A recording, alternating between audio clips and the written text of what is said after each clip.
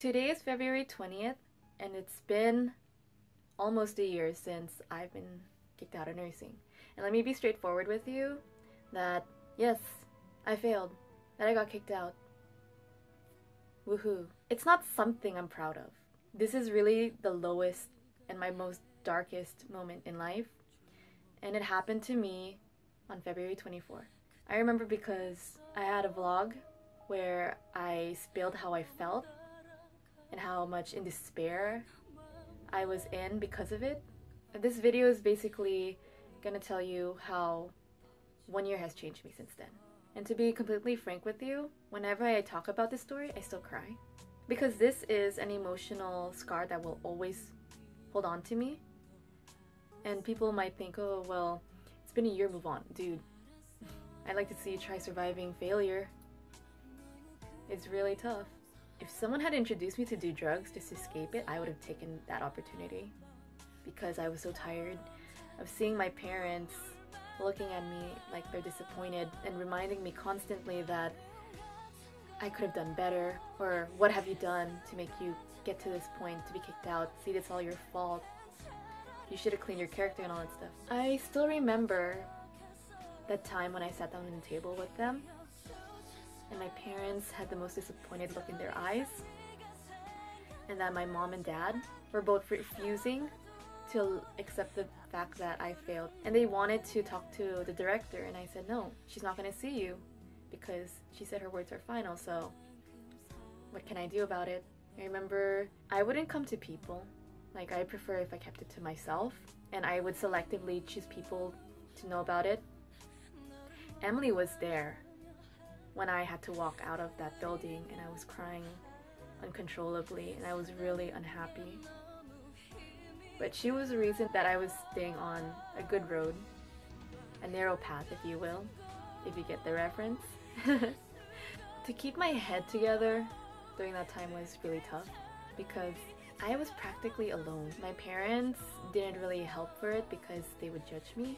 Yelling is one form to express their disappointment, but the one that got me the most was just them staring at me.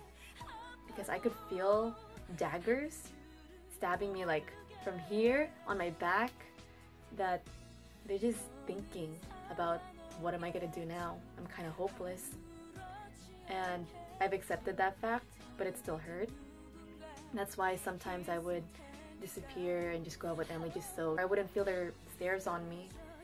And sometimes when everyone's busy, I would just stay in my room and I wouldn't leave because I didn't want to see anyone. Oh my god, my feet fell asleep. Okay, well, let me persevere. This is for the video. I only let people who went through something similar of it, and I opened up to them. In a way, it strengthened my bond with Emily, with Claudia and Amelia. I just needed people who went through the same thing and I wanted to hear their opinion. There was a video that I responded to my distress. I had a different Emily who opened up to me about how she admired her classmates who bowed out of pharmacy because they realized it wasn't something they wanted to be. And then I had Anna, who told me that she chose child development over her dream, which was nursing. And she told me if she could relive her life again, she would rather pursue her dream and passion than become something that she didn't want to be. I know that I should have graduated last December with them if I was still in the program. Also, on top of that, no matter what, someone's always going to bring up your failure, whether you like it or not. My mom will bring it up subtly and say, oh, my daughter used to be in that program to other nurses. And this happened like a couple months ago. And I remember standing in that office with my hands in a fist, my nail digging into my palm, and I'm trying to hold back my tears from falling because I don't want to remember that I failed something that I was working my ass off. It ruined my mood the whole day. Like, I hated my mom for that. I hated that they would always bring it up when I'm okay now, mostly. But it's still there. That scar is still there no matter what. To be frank, every time I bring up this story to anyone who goes through failure or who's afraid of failure or who went through it recently, I still cry about it because it's basically me walking back into a place I don't want to be in. And it hurts.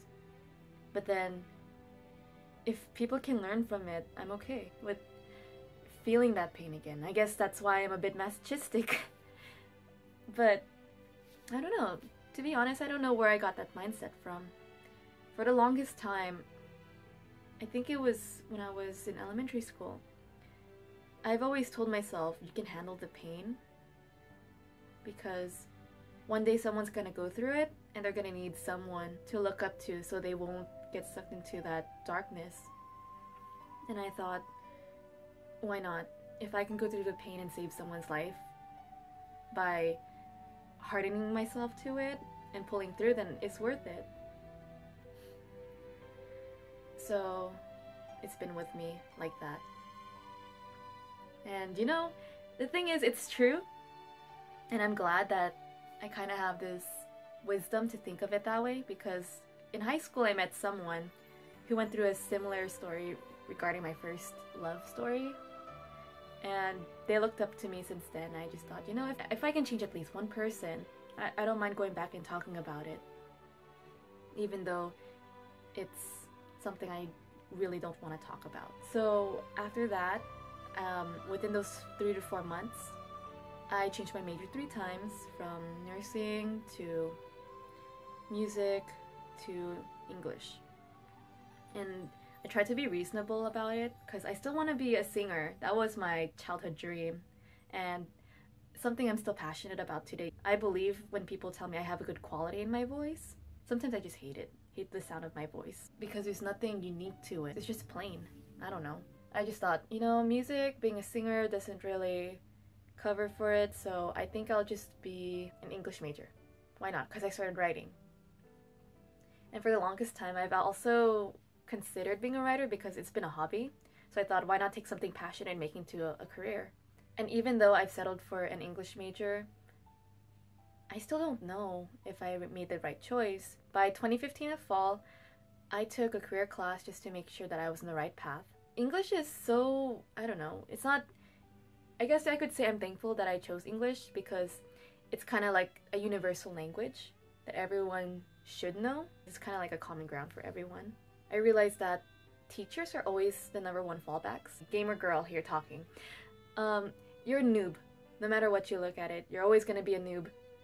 You're a noob when it comes to love. Just generally, you're a noob. You're always going to need someone to guide you. You're always going to need a teacher, someone to influence you, someone to help you strengthen your passion and your skills and techniques.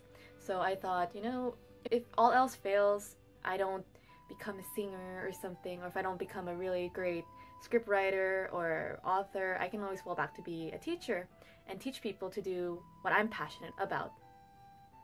I don't mind. I naturally have that instinct to help people, so I think it really works out well with me. And on top of that, it kind of gives me a really good reason to live abroad and teach abroad, because everyone wants to learn English. In a way, English is good as a major because everyone needs it. English is a beautiful language in a way, but so are all the other languages. As the months progressed, and I kind of realized I'm in love with languages, so I'm kind of like a linguistics major as well. I can understand 5 languages. I'm fluent at 3, and I'm trying to strengthen 2 of them that I'm learning right now, which is French and Indonesian. And I've been self-practicing a lot just to get better at it. You see here, what I'm trying to point out and say is that as years go by, you find out more about what you want. It's not going to come to you easily. There has to be some catalyst or some event that triggers it. All forms of languages are beautiful in its own form. And it's kind of like people. Everyone is unique. I don't know if that makes sense to you, I'm sorry. But there's something beautiful about learning new languages, and I just thought, you know, if anything, I can be a linguistics, I can teach people different languages, I can be a teacher for English as a foreign language, and I thought, why not? What's gonna stop me? Fear? And honestly, that's it. Your fear of failure, that's always the #1 thing that's gonna stop you from doing what you want to do. But let me tell you honestly, you need that failure. Why is it that when toddlers fall, they can get back up on their feet? It's because they want to keep trying, right? Isn't that the same with most human beings that when you fail, you want to try again. See, the thing is, why didn't I try again for nursing? It's because there was no passion to hold me down to it. Why should I keep going for something that I'm not passionate about and I've come to hate it? And there's so much more things that nursing has held me back from. I came to a conclusion that why not do something that you have something to test. For example, like if I were to fail music, like when I tried out for choir and when I sang and I failed the audition and was put into beginner's choir, I went through the whole year, I pressed on with it simply because I loved it. Like, okay, I can go back to basics, okay, cool. But one way or another, I'm gonna sharpen that and then make it into something amazing, which I did the following year and made it into advanced show choir. Because it's something I love and it's worth my time. I'd rather regret my actions rather than not even trying. Because at that point, you're just gonna keep thinking, what if? What if I had done this? What if I done that? What if? I know, because first-hand experience, my first love story, I kept asking myself, why didn't I do it? Like, what if I confessed first? Things would have been different. And I still hold on to that. That's something that I'll always look back and think, damn, like, why didn't I do anything about it? Another example, if I hadn't taken the risk in my senior year for District Idol, I wouldn't have known if I would have made it or not. It's my last year. I wanted to make the best thing out of it, and I told myself, if I don't make it, at least I tried. You know what? I got in. I'm humbled by the experience. I'm glad and grateful that I've had the opportunity to sing in several events. But overall, see, like, if you don't try, then who's to know if you even had a chance at all? And also, these opportunities that present themselves towards you, it tests you as a person. It measures how far have you gone since the last time you were tested, you know? That's our exam in real life. It's subtle. You don't even notice it. But then when you really think about it, it's there. It doesn't always have to be pencil and paper. It can be trials and tribulations. It can be sadness, depression. In the end, where I'm at, despite taking all these tests and exams and making sure that I'm still in the right path and I'm doing the right thing, I still don't know. I don't know if I made the right choice, but to me, all that matters to me is that it feels right. And I don't need anyone else to tell me otherwise. This is something I want to do. This is something I've considered that 30 years will pass by, and this is something I will wake up early for and say, oh my gosh, I am so lucky that I get to do something I love for the rest of my life. And who knows, you may not find the right career for you right away, or it may take you several detours, but eventually you'll get there. And from what I learned from career class is that there's a constant cycle. You can always learn. You can always come back and try again. That's why don't give up. One final note, because oh my god, my legs hurt. You never really know what the future holds in store with you. That's why, for me as a person, I like to believe that you appreciate life for what you get. In a way, life is also kind of temporary. That's kind of my harsh reality. But enjoy the moment, because you don't know how long it lasts.